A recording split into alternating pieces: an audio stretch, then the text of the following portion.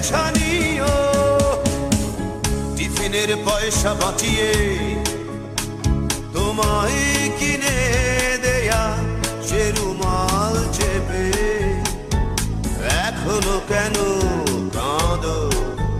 কি হবে প্রদীপ জেলে স্মৃতির সাথে সাবলুরু খেলে? এবার বৈশাখী ঝরে সে রুমাল উড়িয়ে দিও। বৈশাখী শুভেচ্ছা নিও।